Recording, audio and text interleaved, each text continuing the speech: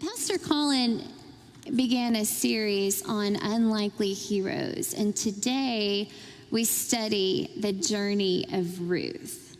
And the story of Ruth is not one where giants are conquered or the Red Sea is divided. It's not your story where men are thrown into a furnace, and it's not your story where the dead is brought to life. The scale of Ruth's story is at the level of barley fields and widows, not palaces in Jerusalem. Ruth was a Moabite woman, a foreigner, ordinary, and her challenges were poverty and loss. And those challenges, they remain today. And God's love story is still active today. Ruth is known for her courage and for her noble character, and that is the very definition of a hero. So if you turn to Ruth chapter 1, I'm going to summarize the first chapter. This book begins when judges ruled Israel. It was a very dark time. There was famine. There was sorrow. There was hostility. People were doing whatever they wanted to do. There was darkness. And because of the famine in Israel, Elimelech from Bethlehem moved his family, his wife Naomi and their 2 sons, to Moab, which was a nation against Israel. And when they get to Moab, things only worsen for them. Naomi buries her husband. And then her 2 sons, they marry Moabite women, and then she buries her 2 sons. So we have 3 widows here. Their heritage is lost, and they are completely stripped of everything. And everything, it wasn't much. So Naomi decides to get back on the road to Bethlehem, and she wants to take her daughters-in-law with her, Orpah and Ruth. But as she makes these preparations to go back to Bethlehem, to get on the road to the land of Judah, something happens in between verse 7 and verse 8. Naomi realizes something. In her hardship, she urges Ruth and Orpah to go back to their empty gods. She urges them to go back to their empty gods because the place where she's going is missing something. The place where she's going is missing rest. So let's pick up in verse 8. Then Naomi said to her 2 daughters-in-law, "Go back, each of you, to your mother's home. May the Lord show you kindness as you have shown kindness to your dead husbands and to me. May the Lord grant that each of you will find rest in the home of another husband." Find rest in a home. This gives us the glimpse of the despair that is just hovering over these women. And knowing the despair that is hovering over them, we also get a glimpse of what's missing: rest, peace, contentment, home. These are the things that they hope for, and these are the things that they long for. We're going to pick up in the middle of verse 9. Then she kissed them goodbye, and they wept aloud. And they said to her, "We will go back with you to your people." And then Naomi, she urges her daughters-in-law again to go back to their empty gods. She continues to urge them to go back to their empty gods. And we pick up in verse 14. Verse 14, at this they wept aloud again. Then Orpah kissed her mother-in-law goodbye. But Ruth, she clung to her.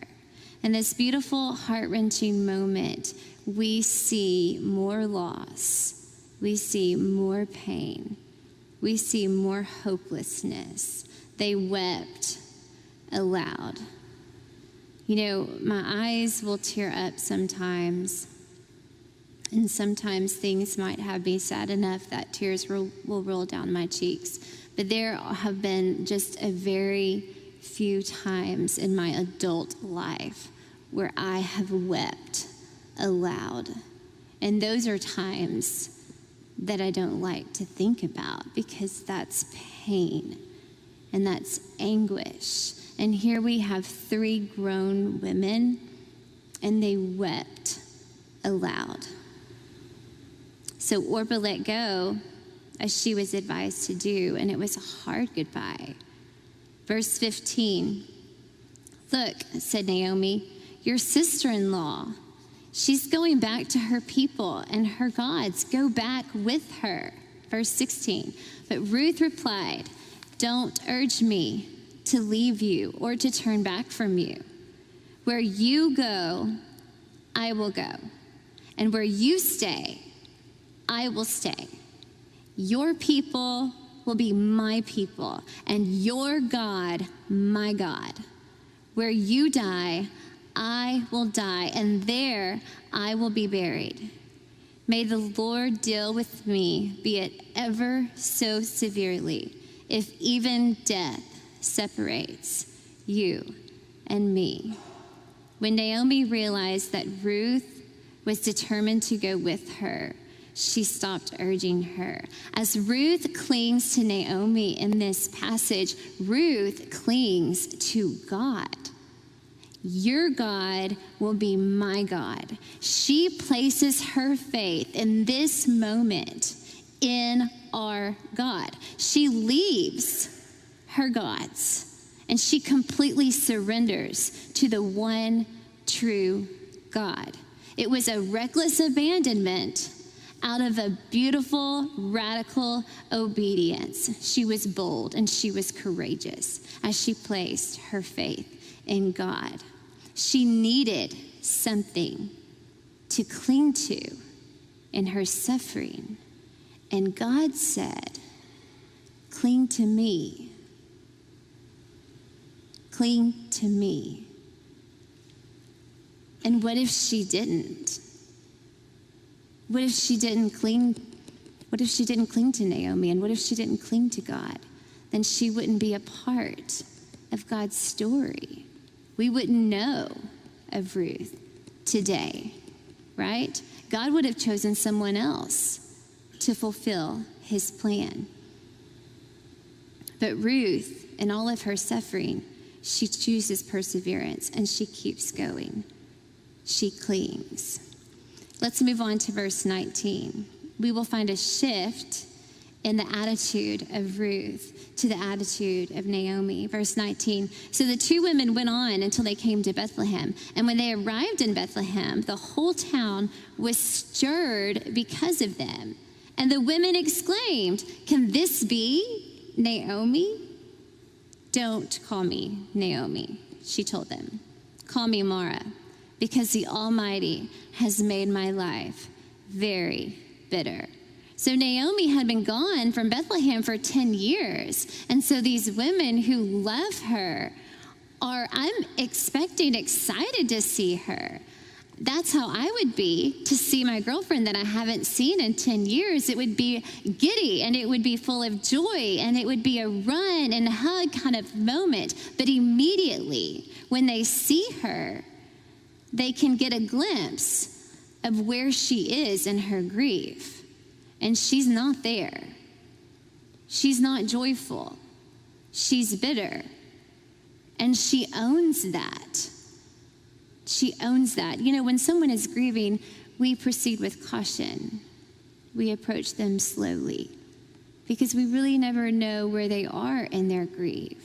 And they find out exactly where she is because she owns it. And I love that about her. She's not fluffy. She's not your girl that puts on a front and acts like everything's okay, because it's not. It's not okay. She's in a lot of pain. You know, we have optimistic people and we have pessimistic people and we have realistic people.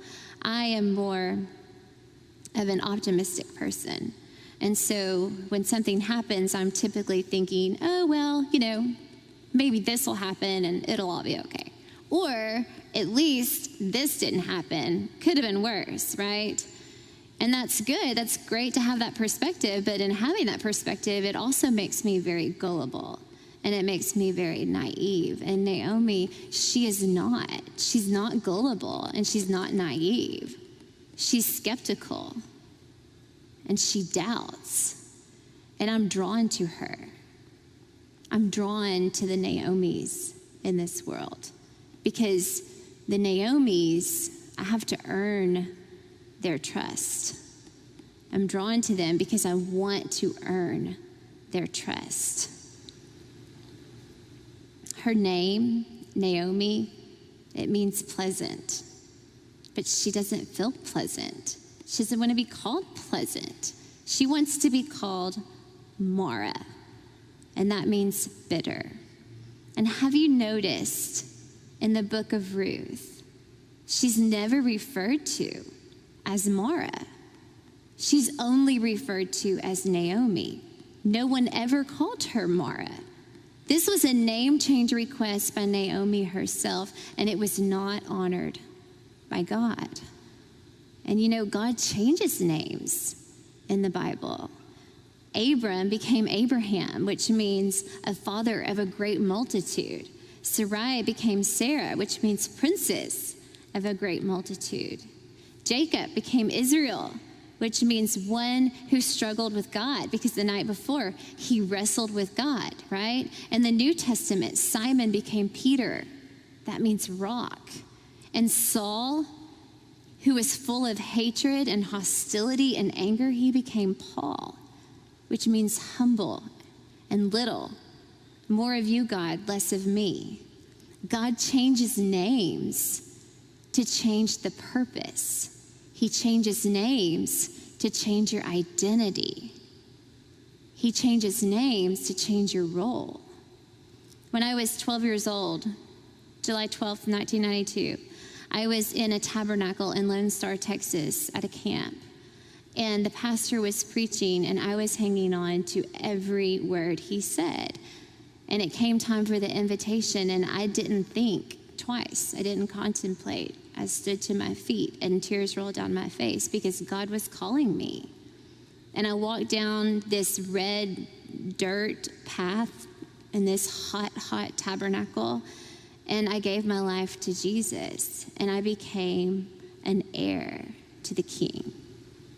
I became a child of God, and my purpose, it changed. Well, Naomi, she's an heir to the King.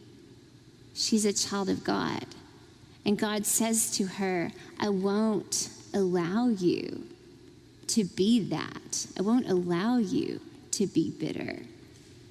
He says to you, as his child, I won't allow you to be unworthy. I won't allow you to be called that. I won't allow you to say you're not pretty enough. I won't allow that. That's not who you are to me. I won't allow you to think you're not smart enough. I won't allow that. I'm not going to honor that. And so he didn't honor that for Naomi. When I married my husband, Curtis, when I married Curtis, my role changed into a wife, right? So I now serve Curtis, and I honor Curtis, and I support Curtis. That's a part of my role as his wife. And my Social Security card, it changed to my new name because I had a new name. I went from a Miss to a Mrs. My driver's license, it changed. My bank account, it changed. This was an official name change, and it was honored by God. And thankfully, God did not honor this name change for Naomi.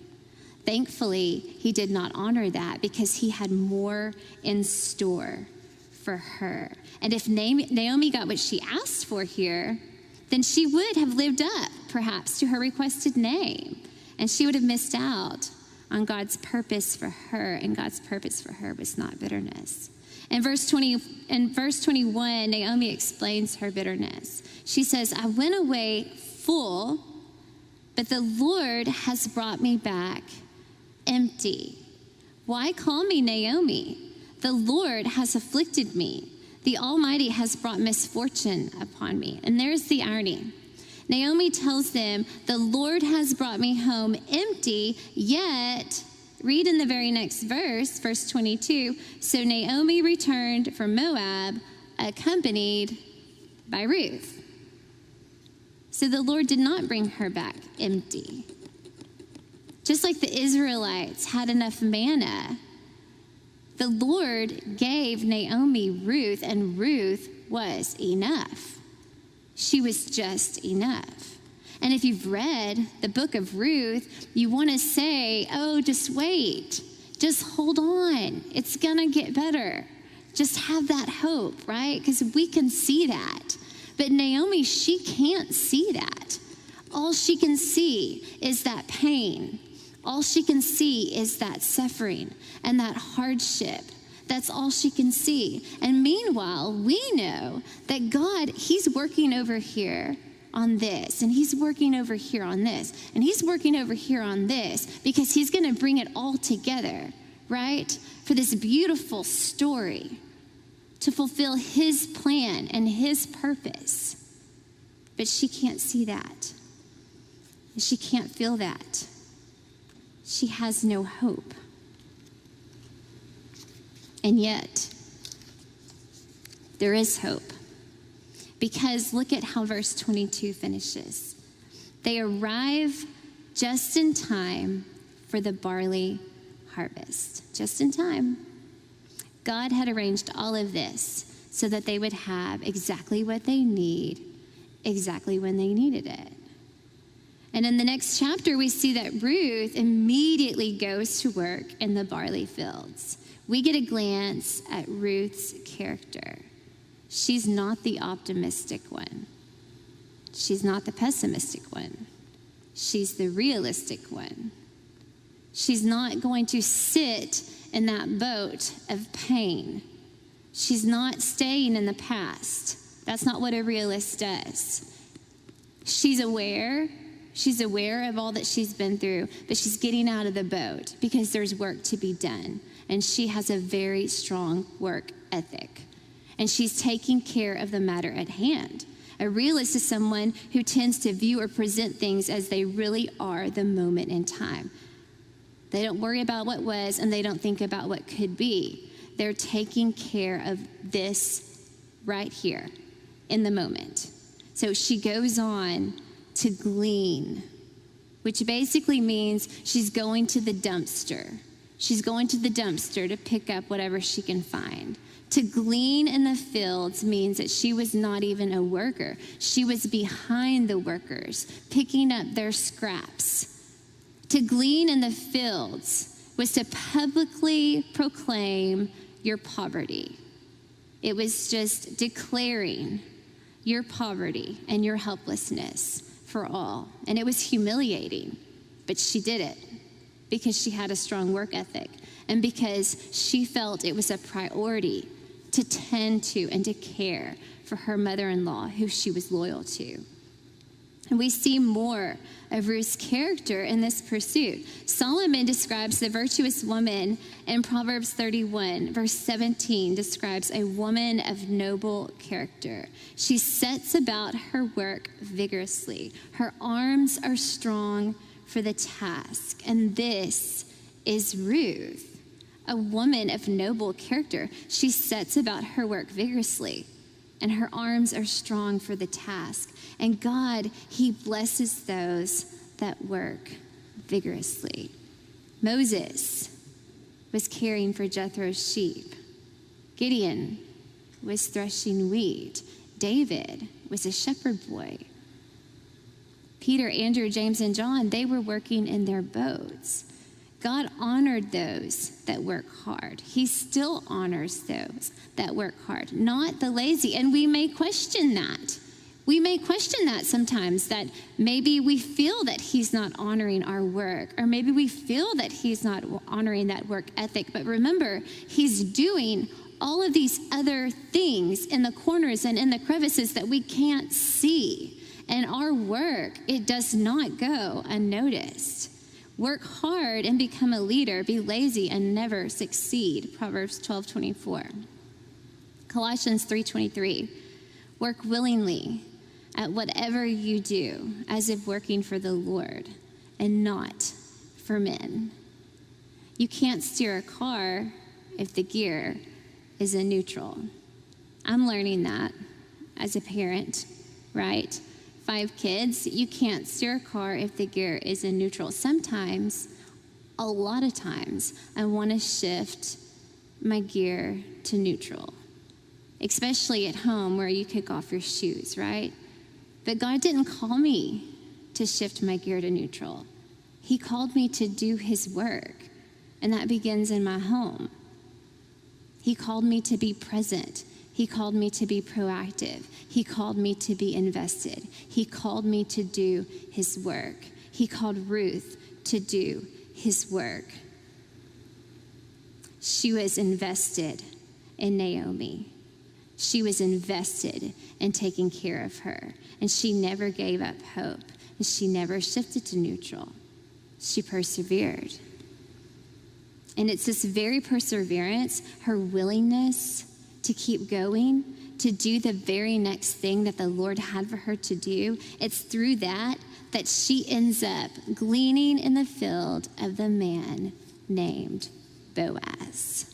And she has no idea who Boaz is.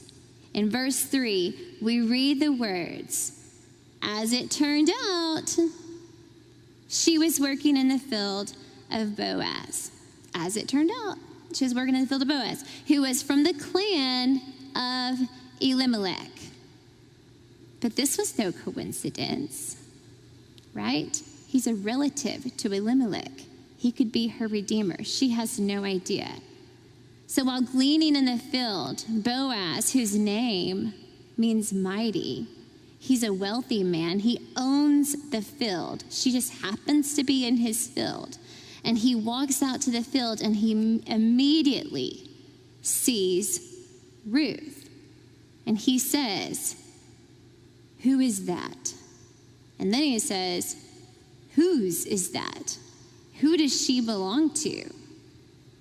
And quickly he finds out, oh, that's the Moabite woman. You know, the one that came with Naomi. She already had a reputation. She had a reputation for her noble character. She had a reputation for her work ethic. He had already admired her from the things that he'd heard about her, but now he's attracted to her. He orders his men not to touch her. He says, "Do not lay a hand on her," which would have been a very easy thing for them to do because she was a foreigner, right? You can't say that's so-and-so's daughter or that's so-and-so's sister. So she was in a very vulnerable state. She was doing a very dangerous thing, and he orders his men, don't lay a hand on her. Don't give her a hard time. And then he tells her that she can go and get water from the jars that the men had laid out, which was extraordinary providence. It was backwards, really, because the women would lay the water out for the men. The foreign women would lay the water out for the men. Extraordinary providence here. And then he asks her to eat with him. He gives her bread and he gives her wine. He sits a seat at his table for Ruth, not the worker, the girl that gleans, the one that's gleaning in the fields. He sets a seat at his table for her. And he feeds her the bread and the wine and roasted grains. And can you imagine when she returns to Naomi, bitter Naomi. And Ruth comes back, and she's not empty. Her hands aren't empty. Her hands are full with 5 to 10 days worth of work, hard work, because she was blessed so abundantly in the field of Boaz. And the best part is yet to come, because Naomi doesn't know where she was, and Ruth doesn't know who Boaz is. So she gets to Naomi, and Naomi says, how? How do you have all of this? Where did you get all of this? Whose field were you in? And here it comes. She says, oh, his name is Boaz. And there's the glimmer. There's the hope. That's when Naomi can see that God is in the midst of all the struggles. He's in the midst, and he's working for her, and he has a plan. Ruth, she has a redeemer, one that will give her rest. Just like God so loved the world that he gave us a redeemer, one that will give us rest, peace, contentment, home. We see God's providential care throughout this whole story. We see it in the relationships. We see it between Ruth and Naomi. Ruth clings to Naomi. And when Ruth clings to Naomi, she clings to God. She becomes a part of God's story.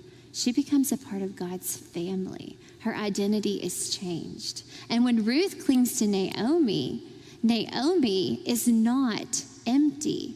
She has Ruth, and that is just enough. God's providential care is in the relationship.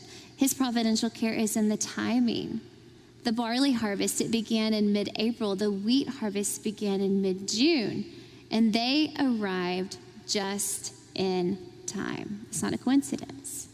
God's providential care is in the location. Ruth didn't just happen to find herself in the field of Boaz. God established her steps. He placed her there. And what if he didn't? Then she wouldn't be in his story today. And the law, the scripture that was already stated in Deuteronomy 24:19. If you think about Ruth telling Naomi, I'm going to go glean in a field, you would think, what field? We don't own a field, right?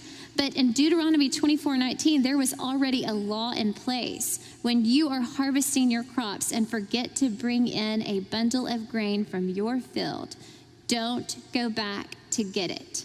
Leave it for the foreigners, the orphans, and the widows. Then the Lord your God will bless you in all you do. And that's what Boaz urged his men to do.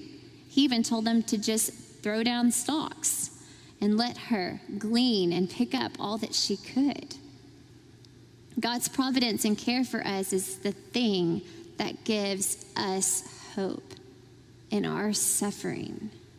Paul says that we glory in our suffering. As Kip read earlier, Romans chapter 5, verse 3-4. Not only so, but we also glory in our sufferings because we know that suffering produces perseverance. Perseverance, character.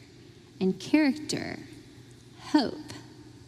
And in Ruth's story, that hope is the hope of the world, Jesus Christ. If you look in Matthew chapter 1, you see the lineage of Jesus. And Ruth is the great grandmother of David. And Jesus, he's a direct descendant of David.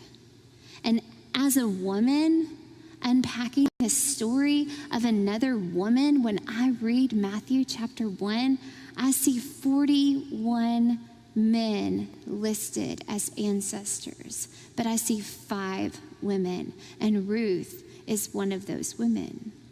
Ruth has a powerful story to tell, and it's full of suffering, perseverance, character, and hope. Jesus, the hope of the world. One of my friends called me in October, and she asked me if I would be willing to send my youngest daughter to Pine Cove with her daughter. And, Curtis and I have 5 kids, and to be honest with you, we have never sent any of our kids to Pine Cove. Not because we didn't want to. Pine Cove is an amazing opportunity, an amazing Christian camp. But Pine Cove times 5 is a very big expense, and it's one that we've never been able to afford. And so she asked if Faith could go and if we could do that week, and I kind of brushed it off a little bit and said, yeah, I'll talk to Curtis about it. We'll figure it out. And she said, Katie, I don't think you understand. I want to pay for her to go. And I said, probably in a prideful way, no, you're not going to do that. And she interrupted me again and said, Katie, I know God told me to do this. I know that he did. And he did. I know that he did too. But this friend of mine, she lost her son 2.5 years ago. She is the mother of 4 children on heaven and earth. And I believe that she wanted to pay for 4 children to go to a Christian camp where their relationship with Jesus would only grow. And her husband have had a great deal of suffering, the kind that makes you weep aloud. And they'll continue to suffer, but they persevered. They keep moving. They don't put the shift gear in neutral, right?